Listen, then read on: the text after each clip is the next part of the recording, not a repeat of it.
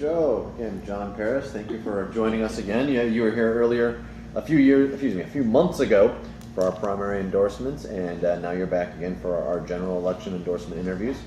So again, we appreciate you taking time out of your busy schedule. For those watching at home, this is Joe Lombardo. He's currently the assistant sheriff and has been since 2011. Is that correct? Correct. And he is running for the elected position of sheriff here in Clark County. One question that we've been asking most people, you've already answered because you've already been through our primary. But since you've been on the campaign trail for the last approximately 6 months since the last time we've spoken, I'm sure you've had a lot of opportunity to meet with potential constituents of yours. What is the one residential concern that you've heard more than any other? And assuming you are elected, how do you plan to address that?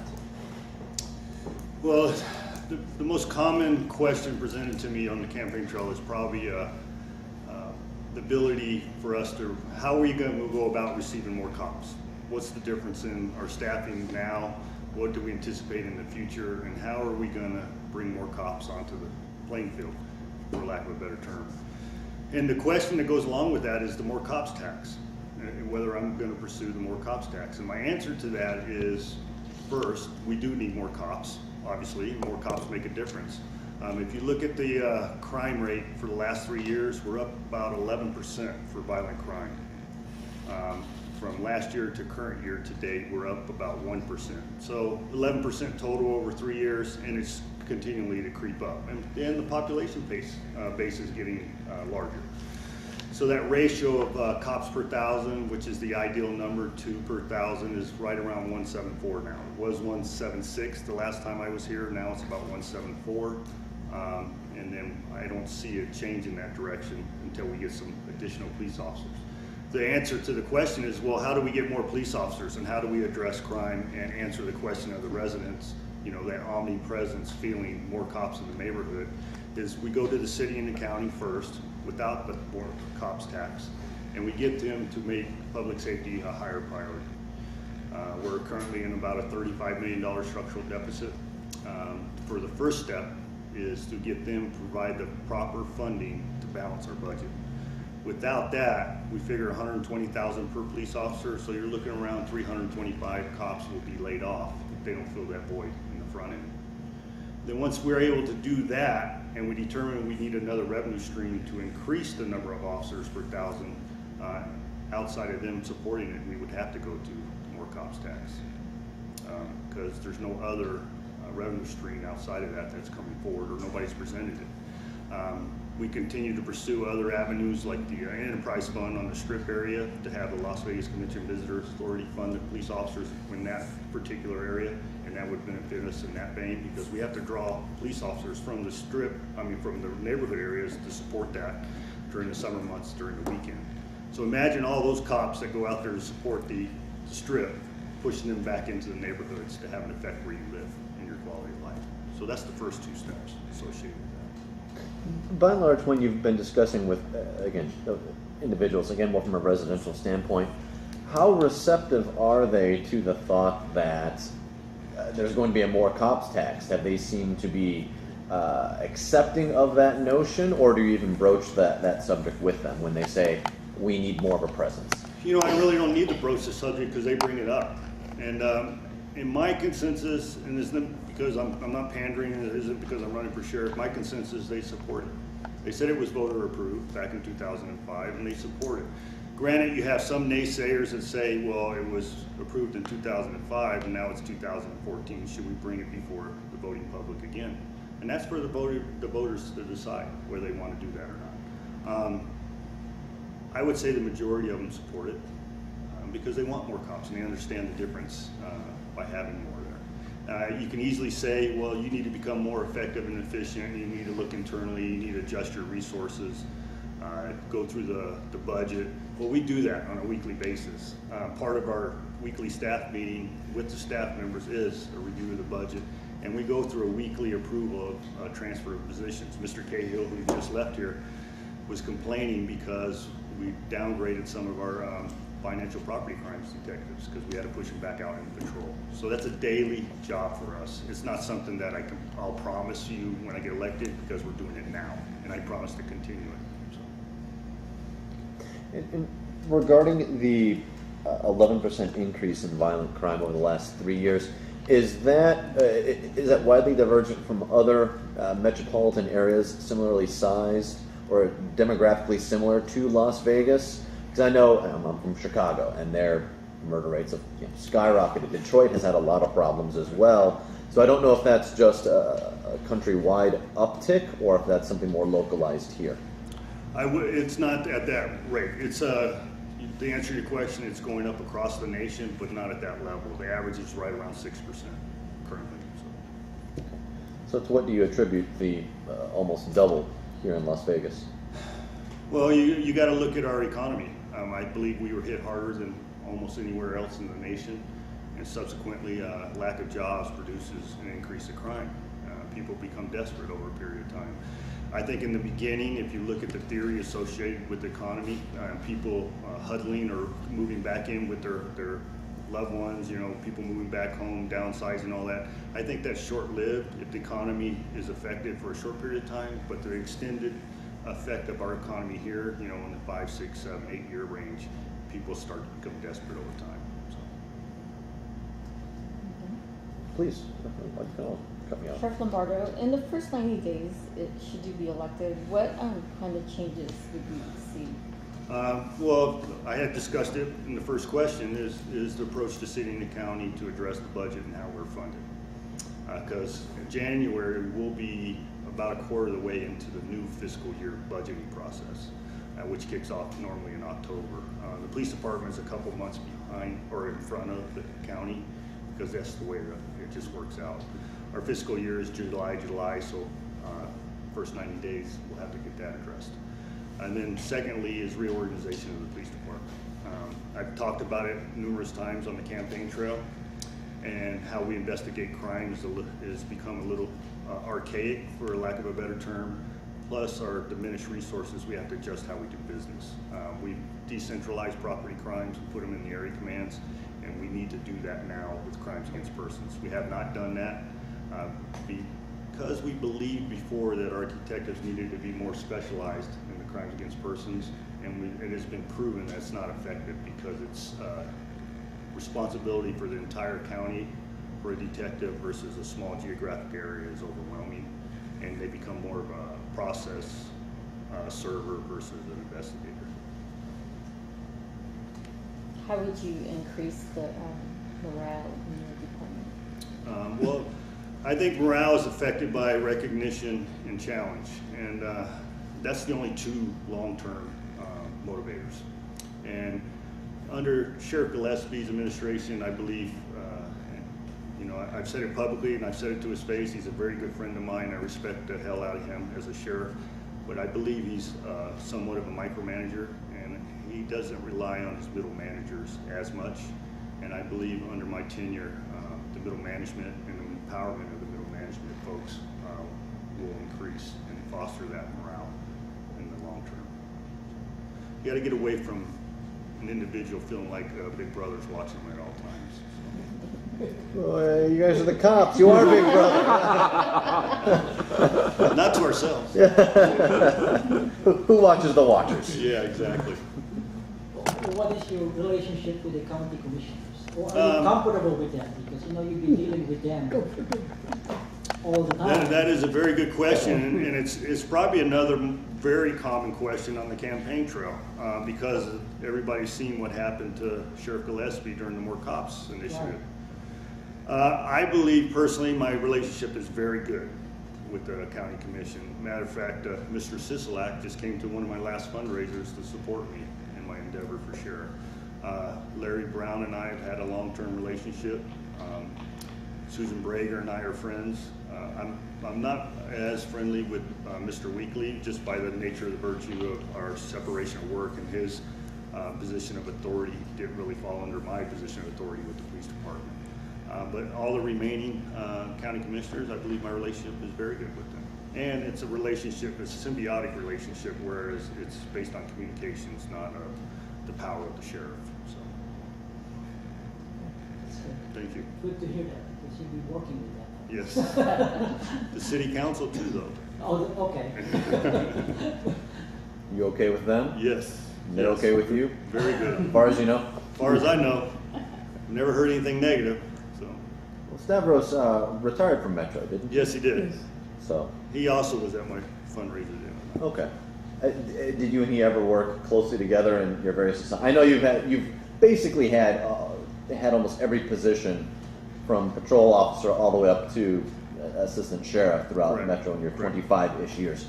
Did you ever have chances to work with him? Yes, I did. On He direct was my basis? bureau commander in Northeast Area Command, which is obviously in the northeast part of town. He was my bureau commander, and I was one of his lieutenants for approximately 2.5 years.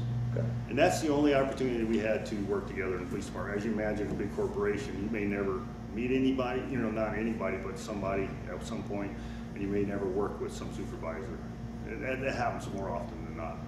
But he was my direct report for about 2.5 years at the lieutenant rank. Okay. May I? Please, Mimi.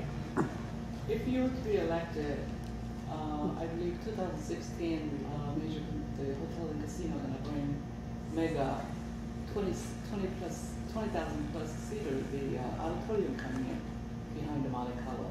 Correct. We're gonna open it 2016, and I believe the downtown try to open up the arena as well, soccer arena. In case if you don't get the funding, you cannot convince the entire city to add more police officers. What's your plan to handle that? Well- That means we're gonna bring a lot more tourism to Right. boost the economy in the city. What's your Right. plan? Well, we have until 2016 to get the additional funding approval, and I'm not in a position to give up on that. Okay, if we require additional funding outside of the city and the county stepping up, and the appropriate increase in the existing sales tax and the increase in the property tax, if we aren't able to fund it appropriately, because of that increase in population and venues and events and everything else associated drawing on police resources, I will continue to pursue that additional quarter cent sales tax, which is 0.15 as set by the legislature versus a quarter cent. And then we have to pursue, if we're not successful in that, we gotta look for different things. I believe the tax associated with rental cars is expiring, that's used to fund the Smith Center. So you have to look at different things like that. And then, as I mentioned, the enterprise funds associated directly to the strip. At any one point on a weekend on the Las Vegas Strip, we have approximately 60, 65 police officers down there. To actually police that under normal circumstances, you're looking more like 12 or 14 police officers. So if we could get funding for those separation of the 40 police officers, 40 plus police officers, that goes a long ways in supporting the other neighborhoods. And you do have a very good relationship with the MGM Corporation, right? I have a very good relationship with the managements of all of them. Matter of fact, I met with Cindy Kaiser Murphy, the president, and we discussed the arena plans and how we're going to control the traffic once that is kicked off. We just had that meeting last week, so there's a good relationship in place there.